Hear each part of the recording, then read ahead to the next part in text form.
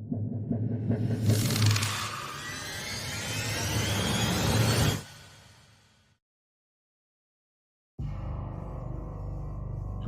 पहाड़।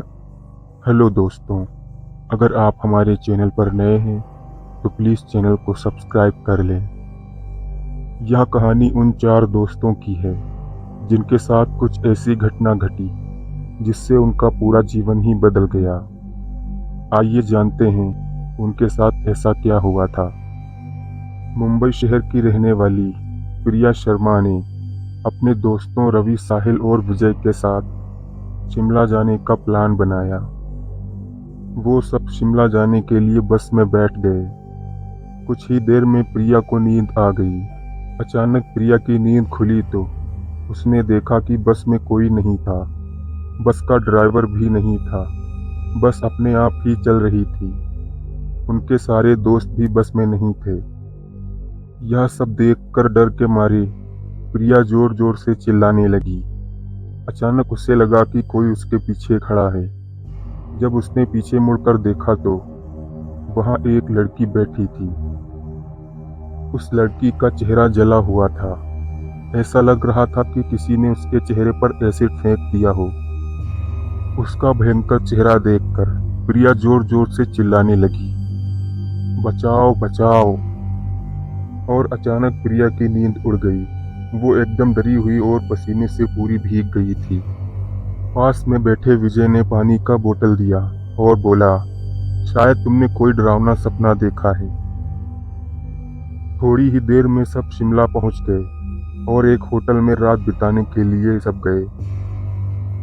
दूसरे दिन वो सब साथ मिलकर होटल के पास वाले पहाड़ पे घूमने जाने के लिए तैयार हो गए। करीब आधे घंटे में वो सब पहाड़ की सबसे ऊंची शिखर पर पहुंच गए। वहां से नीचे देखने पर घने पेड़ पौधे काफी सुंदर दिख रहे थे।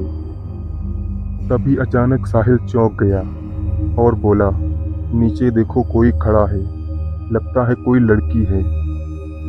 विजय और रवि भी देखने लगे लेकिन उन्हें कोई नहीं दिख रहा था और बोले, तू पागल हो गया है? यहाँ इस घने जंगल में कोई लड़की कैसे आ सकती है? तुम्हें शायद कोई भ्रम हुआ होगा। उसके बाद वह सब खुली जगह पर चले गए।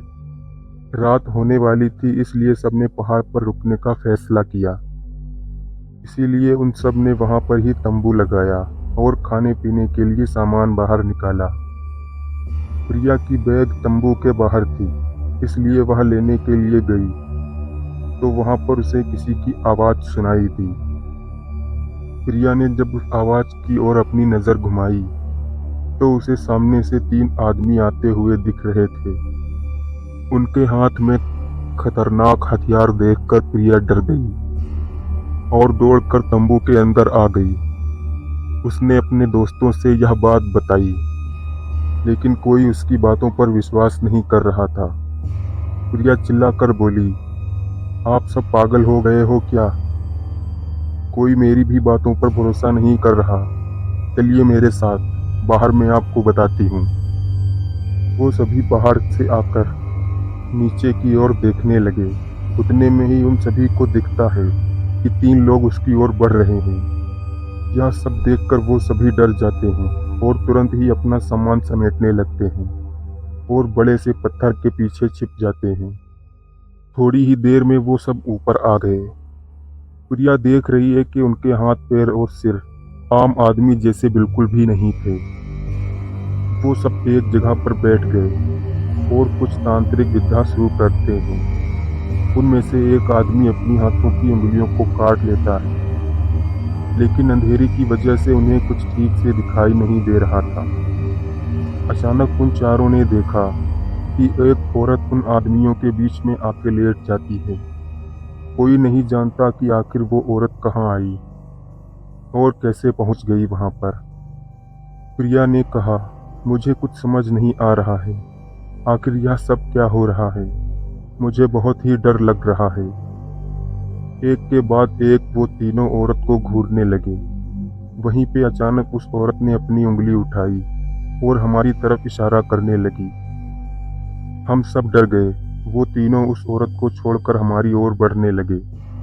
हम सब पहाड़ की चोटी से होटल की ओर भागने लगे। हमारी आवाज़ सुनकर वो तीनों हमारी ओर दौड़ने लगे। प्रिया और साहिल आगे आगे थे और विजय और रवि उनके पीछे दौड़ रहे थे। प्रिया और साहिल होटल तक पहुंच गए, लेकिन रवि और विजय का कोई पता नहीं चल रहा था। हमने होटल वालों से उनके बारे में बातें की तो उन लोगों ने कहा कि उस पहाड़ पर कोई नहीं जाता है, वो पहाड़ श्रापित हैं और जो भी वहां जाता है वो कभी वापस नहीं आता। आप लोगों की किस्मत अच्छी थी कि आप जिंदा हैं, लेकिन हमारे दोस्त रवि और विजय कभी भी वापस लौट कर नहीं आए। हमने उन्हें ढूंढने की बहुत कोशिश की, पुलिस में भी कंप्लेन की, लेकिन कोई फर्क नहीं पड़ा।